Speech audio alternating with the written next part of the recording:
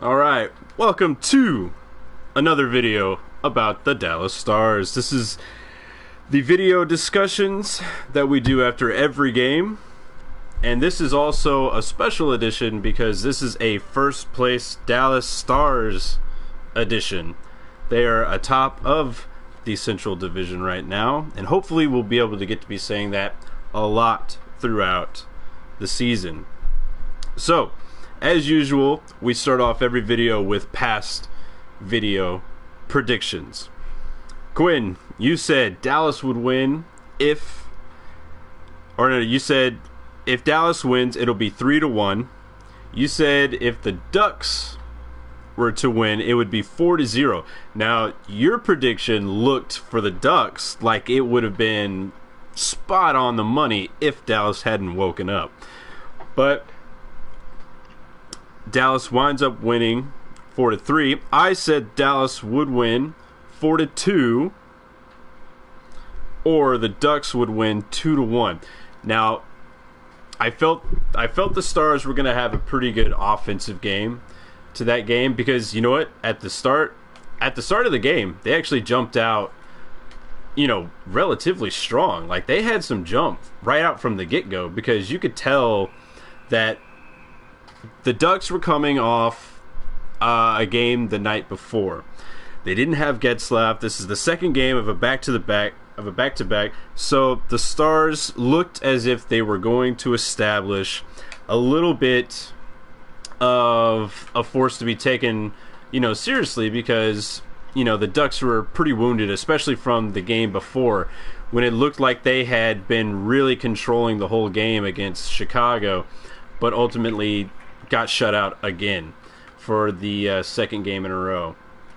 But the tone of the game didn't start out the way that I think the Stars really, really liked because, they came out, they had some jump, but ultimately the Ducks came out and they came out punching, and it showed with the fight early on in the game. What was it, like 5 minutes into the period that the fight.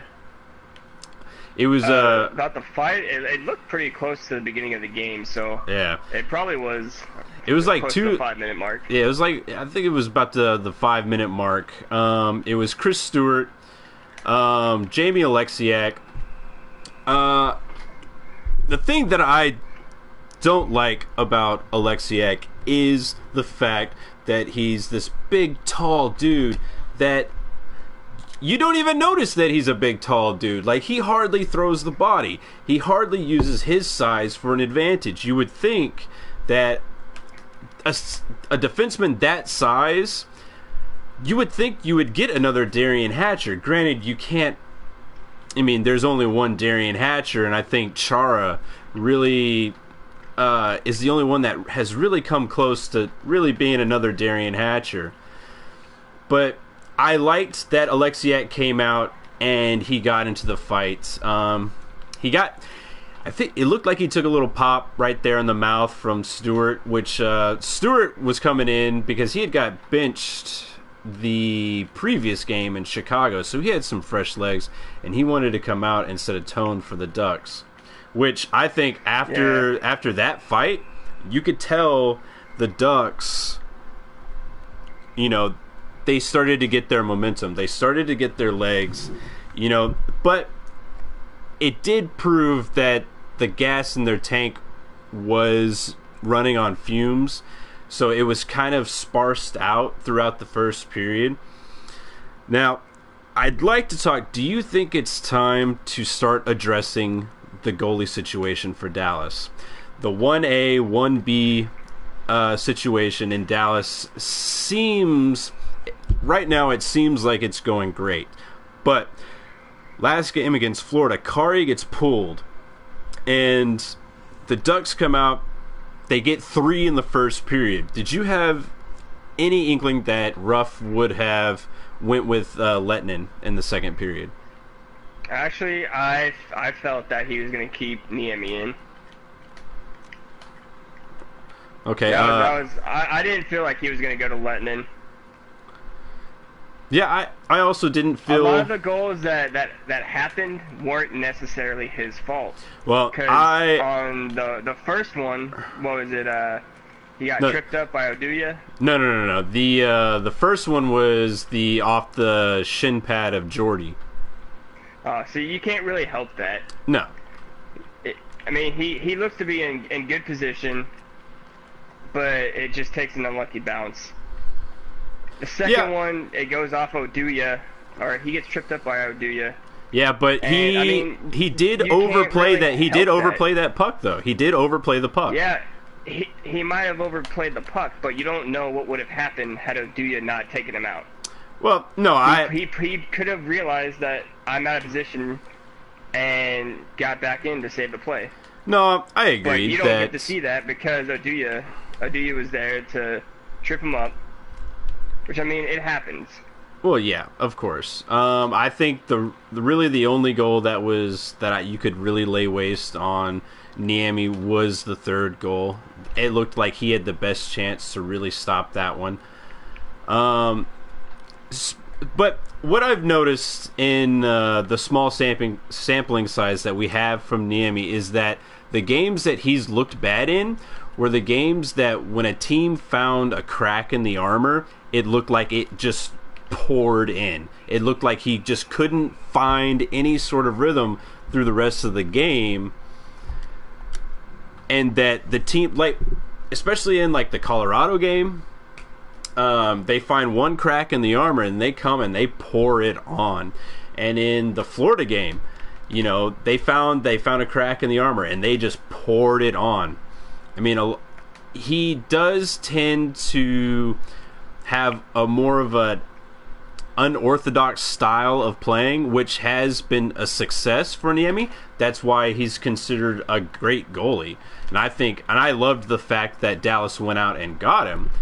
But from the small sampling size that we got from him, it looked like it was going to be another one of those games that a team found a crack in the armor, and that's when it was just going to pour on. But I feel like it's too early for that. Right.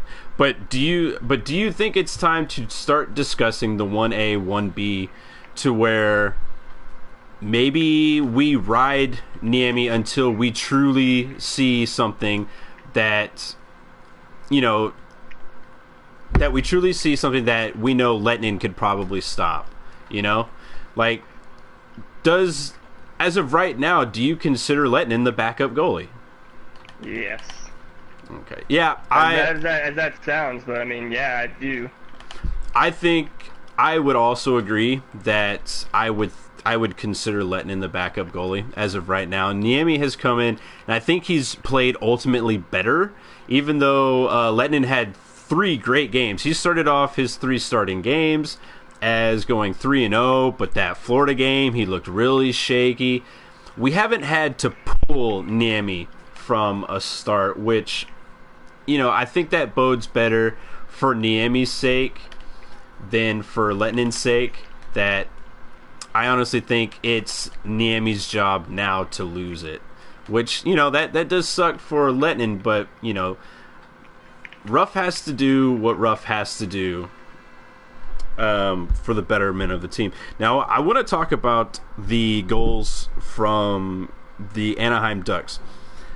All 3 goals come off turnovers. Now, the first goal comes because Jamie Benn doesn't play the puck well at the blue line. He comes in and tries to chip it past, I believe, Santorelli.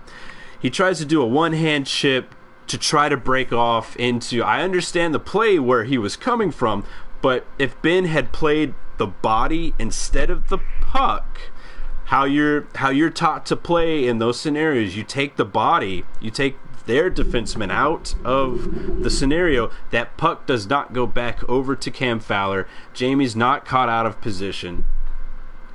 I think that it was just a bad play at the blue line. And then going into the second goal from the Ducks, another bad play at the blue line. Now, Dallas had a lot of those last season, a lot of turnovers at their own blue line trying to break out of the zone. Now, I hope that is just a little bit of they're shaking it out of their system, that this isn't going to be a regular thing. But we saw a lot of that last season, and I hope that we don't see that anymore. They need to be stronger on the puck, and definitely whenever they're getting the puck out of their zone. They can't just do little chip plays and expect the puck to always go past the defender. See, that's what I've been talking about this whole time with the first period transition game. It's pretty awful right now. Right. Now, I want you to go in and talk about what you saw about the defense. I mean, the defense, other than the first period, they look shaky. They look like they're getting out of place at the wrong time. They're trying to be too fancy, and they're not playing each defenseman's own game like they can. Right. Second period, third period, they turn it around. They start playing more positional. They start standing up, taking the body. But there's still those occasional giveaways from our veteran defensemen, such as Goligoski, Klingberg. Like, I get that they're more offensive-minded, but we have enough offense for our team just with the 4 lines we have that we need to focus a lot more on a defensive game. Right. So here comes my question. What do we do, since Demers is obviously coming back in next game? What do we do with Nemeth and Alexiak? Unfortunately, Alexiak will be scratched. Well, I understand that, but what ultimately would you like to see come from those two? Like, do you think a trade should come about? Do you think that they should just ride the bench, or just ride out in the press box for the rest of the season, because we're not really seeing all that much growth out of them? I mean, honestly, I think Alexiak has definitely been the better one out of the pair. Alexiak is actually playing like he hasn't really missed that many games. His game is shaky at times, but he's come in, especially his first game, where I thought he was the best defenseman we had. Okay. Now, do you see... Whenever he decides to try and start playing like Goligoski and Klingberg and try to chip in with the offense, yeah, I'm sure he has the skill to do it, but that's not his role. Now, who is the bigger upside? Who has the more... who has more potential? As of what I've seen right now, I feel Alexiak does. Okay. See, I've always liked Alexiak.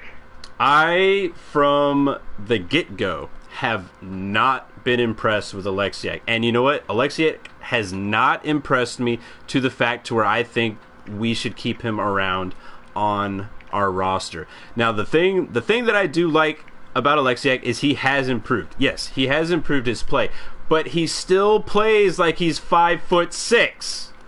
I don't understand why he can't play bigger. And it goes on to the fact that... you have to realize... No. Just let me finish. His second professional season. No, it is not. This goes back to like three... Yes, it goes back to like 3 seasons. He played 2 seasons ago with the Stars as well. It goes back to 4 games. Look, at the end of the season. All I'm saying is that he does not play like a big defenseman. Like a big defenseman should. He should be out there, and the opposing team should be out there wetting themselves when they see him out there. He's not mean. He doesn't go out there. He got hit over the boards last night by some rookie, third liner? That's not how a big man plays. You realize he was also off balance. No. As well. Yes, he wasn't off balance. He wasn't off balance. He was. But he just played the puck and turned around. Exactly. He's not able to just set himself up. Just turning around does not mean he's off balance. He got hit good, yes, but something like that should not happen to him. He should be aware of his surroundings more just because he's a big dude. I think there's a bigger potential with Nemeth than I do in Oleksiak. Now, people that are watching this, please comment. Please tell me I'm wrong, that I'm crazy for thinking this, but I do not think he plays to his size. I think we'll move on from that. I'll give you one thing. I will say Nemeth is more physical out of the two, but when Nemeth is physical about it, he gets himself out of position. And you could see that in the game that when we first had him and Oleksiak playing, every time he tried to be physical, he got out of position and a Florida goal happened. Well, Oleksiak I'm not saying it didn't happen with Oleksiak too. Oleksiak is very prone to being out of position too. He's still very green for. But have you really seen that this season out of his 2 games that he's played? Well, yeah, we've seen him out of position too. Absolutely. I know, but the thing I'm saying is, he's from the star player that Nemeth was supposed to be. He's already supposed to be playing in the NHL on one of our second or third lines. And you don't think Oleksiak should just be a regular starter? I do. I think he should be on the third line, but he's. What do you do with Ben? What do you do with Ben and Yoki Paka? I for sure think Yoki Paka came in. Those two are outplaying. Well, yeah, that's what I'm saying. I honestly do think Oleksiak should be there, but he's being outplayed by Yoki Paka and Ben. I think it's. I would stick with the 6 defensemen that we have. Well, right, but that's why I'm asking what you would do with the 2. I say. I would trade Nemeth and keep Oleksiak. In my opinion. Okay. Well, see, that's where we differ. You'd get a better trade return out of Nemeth than you would Oleksiak. Exactly, which I think Nemeth has more potential. You focus on stepping up Oleksiak's physical game, and you have if it's not there now, it's not going to be there. I'm sorry. It can always still happen. I don't see it. Nemeth's physical game has diminished from last season. We will move on because we don't want to get too caught up in in that one. I do like the passion though. We will get back that. We will touch more on that when the season goes along, and we'll see who's right or wrong. Now, I had the pleasure of being at this game. You could certainly tell in the first period there was no life after that first period. It looked like people were ready to walk out. I for sure almost threw up in my popcorn as that first period ended. But that second and third period, it was really the loudest that I have heard the AAC since playoffs. It was so refreshing, and the building was nowhere near full. I mean, I'm not saying it was like 50% full. I think it was like a good 90% full, but that game was not a sellout. There were empty seats all over the place, especially where I was sitting up top. But you couldn't tell that the building wasn't full just from how loud it was. And I don't know if did that transfer to on TV?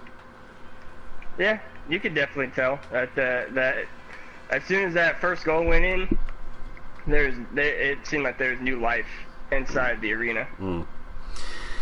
Now, do you especially since it was Sharp that scored? Yeah, we'll talk about that in just a second. Do you think it's time for the Ducks to have a coaching change? They are now 1-6-2, and they are 14th in the West. Do you think it's time for a coaching change? I think they should look at trading players. Okay. Because I mean, you look at he's been the coach the last couple seasons for the Ducks, and they've had nothing but stellar offense, stellar defense. Have been one of the top teams, right? And they have a rocky start, so automatically throw out the coach. Unfortunately, that is what most people do. But I feel if you go on the subreddit, trade Perry. I feel like if they traded Perry they got a new they're not going to trade Perry. I know they're not, but I'm saying if they got a new superstar in there, I think it could probably breathe some life. That's just show them that nobody's safe. That's just crazy to trade Perry. I think a Kessler trade could shake things up, but I think Getzlaf and Perry will probably be Ducks for life. Well, I get that, but I'm just saying. Right. No, I see something like that. I see what you're saying, that a big shakeup could really, turn things around. But I also don't agree that there should be a coaching change. I think, it's a rocky start. Hell, the Stars had a rocky start, and some people were asking for Lindy to be traded out. But when you look at it, there's no coaches really left out there. I mean, John Tortorella is now in Columbus, so who are you going to get to coach this team? So I don't think a coaching change is just in the cards just yet. But I feel as if it continues 2 more weeks, then a coaching change should come. Now, you touched on it. Let's talk about it. Sharp's first goal. Did you see it coming in this game, or did you think it was just going to be another post job? Oh, I felt a lot of people's first goals were going to come in this game. Yeah. With it being the Ducks. Yeah, that is true. Now, I think Razor, I didn't get to watch the pregame stuff. I think Razor came in and said that this was going to be the night that Sharp got his first. He definitely said that. Okay, I didn't necessarily feel that this was going to be Sharp's first, but I'm glad it was Sharp's first, especially against the Ducks, because everyone here in Dallas knows we can't stand the Ducks. We hate the Ducks. It goes back to the playoffs, especially with Perry. Every time Perry touched the puck, he got booed. So it was great to see Sharp finally get his goal, and hopefully the levees have broken, and now it just starts flooding out, just like everyone thinks that it possibly can. That coming on the power play, we can talk about Eakin's shorthanded goal. The second period really turned into a special teams game, which is something that the Stars are excelling at. I think they are still third in the league, if not higher now with the goal last night.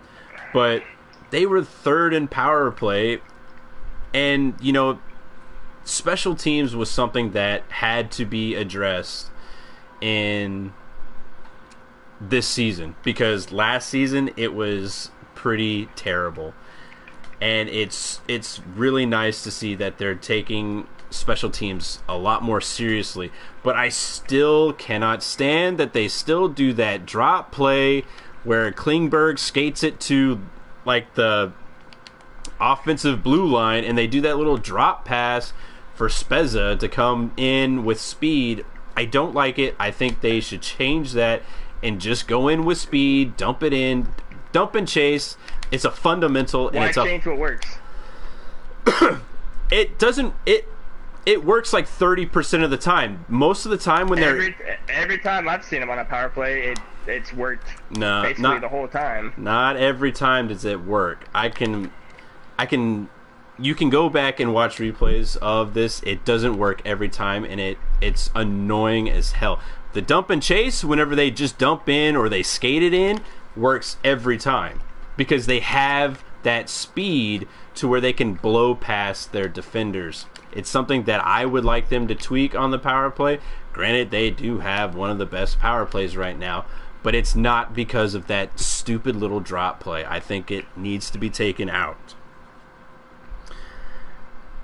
This Anaheim game, when you looked at it, when you read all the reviews and stuff about it, this game had trap game written all over it, because the Ducks were doing so bad, and their last 2 games, especially the game before when they were playing the Blackhawks, they were playing good.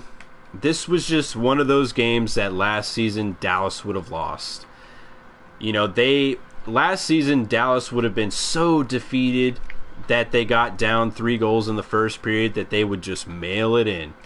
It's something that I quite frankly don't like saying, but it would be the truth. And we would have Lettinen in net, and he would just give up soft one after soft one, and then everything would just come crashing down. 2015 Stars, that's a whole nother case. They are not taking no for an answer. They're not stopping playing. I mean, granted, It kind of seems like they transitioned from failing in the third period to failing in the first period now. Well, yeah, I mean, the first period definitely had symptoms of Florida. They were gripping their sticks too tight. They couldn't catch clean passes. Granted, the puck seemed like it's just jumping all over the place. They really need to address who is freezing the pucks before the game, because the pucks should not be jumping as much as they should, or as they have been in these past 2 games. It just has not been favorable for Dallas, because it looks like the opposing team has no problem catching their passes, but when it came to the Stars, they couldn't catch anything for a bit. They need to clean that up. But this game really did have trap game written all over it. Just like the late Oilers game last season, whenever we were kind of on a tear and we needed it. I think it was one of those things that we needed that win to stay in the playoff race, and then we get blown out of the water by the Oilers. That game was frustrating. But this season, it's refreshing. But the Stars still had double-digit turnovers.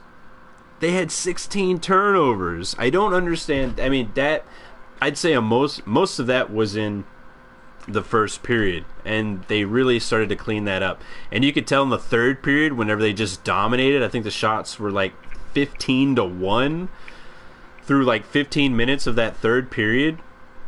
I mean, you could tell that they were really understanding that they needed to clean it up. I had heard the reports that Lindy Ruff came in and they had a nice little fiery meeting in the intermission. So I think that really fired the Stars up to where they knew that they couldn't play like shit anymore, which they were. And then it showed in the second period, especially. You could tell in the play, especially on the play where Sagan sets up Klingberg.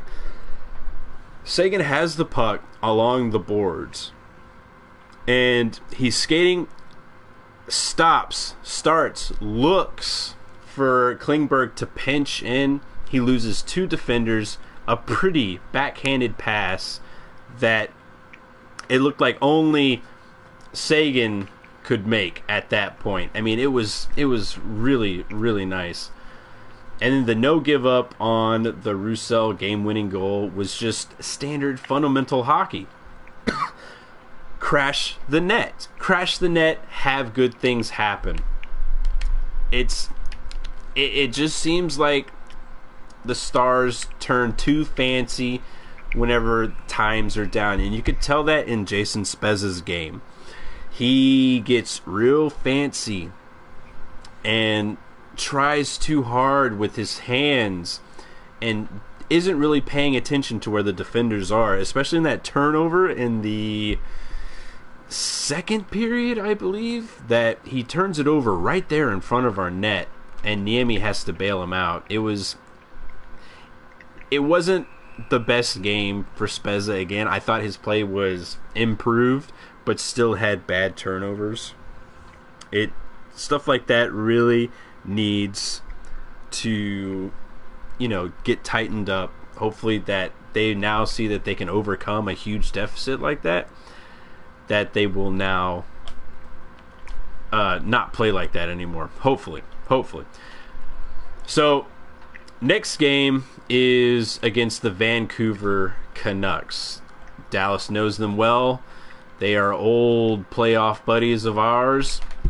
And especially last season with the whole Ben Sagan-Sedin twin thing.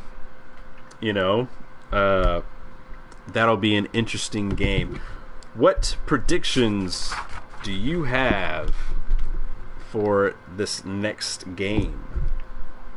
Well, hopefully Dallas gets their act together in the first period.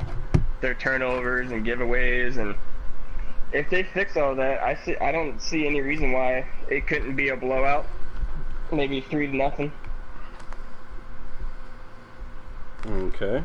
And if Vancouver wins, I think it'll be probably 4-2. Okay.